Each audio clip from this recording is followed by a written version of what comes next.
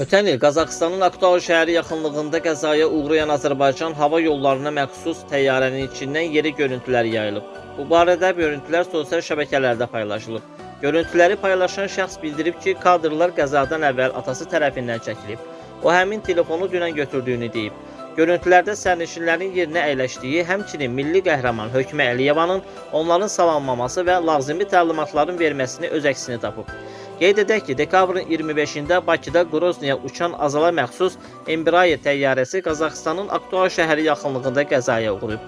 Qəza nəticəsində 38 nəfər ölüb, 29 nəfər yaralanıb.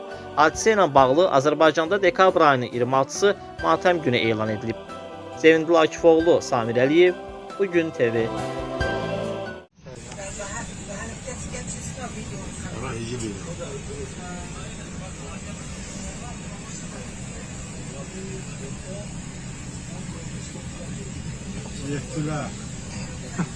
Hanımlar ve cevaplar sizinle danışan tələbələrdən etməli vardır.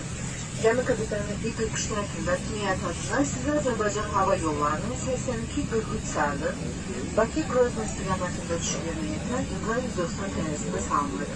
Uçuş müddəti 1 saat 5 dəqiqədir. Uçağınızı kontrollər, hər şeritlər bilançolara bağlayın, oturacağın arxasında şarjör edəcək. Təhlükəsizlik kəmərlərini bağlayın və ölçünüzü ölçünsünlər.